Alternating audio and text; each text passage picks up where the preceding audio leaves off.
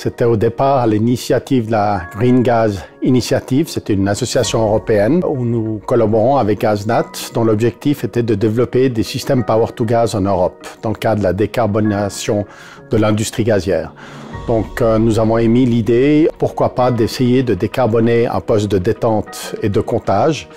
Et là, nous sommes partis alors avec un concept novateur lié à des recherches et des développements qui ont été effectués à l'EPFL. Et nous avons sélectionné le poste de détente et de comptage de Sion, qui appartient à Oiken, pour réaliser le premier projet pilote.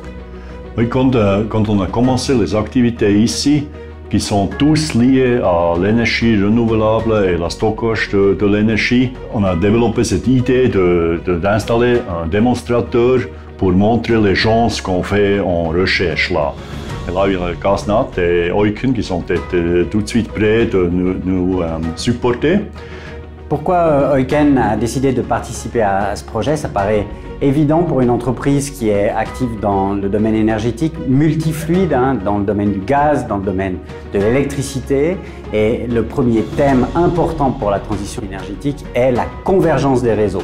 Alors, travailler en plus avec l'EPFL et avec GazNat était une évidence.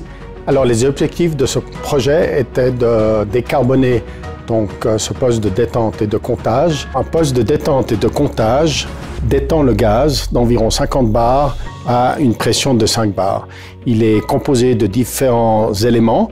Donc d'un côté, nous avons les filtres d'entrée, ensuite les échangeurs où l'on chauffe le gaz avant détente pour éviter que le gaz tombe en dessous du 0 degré.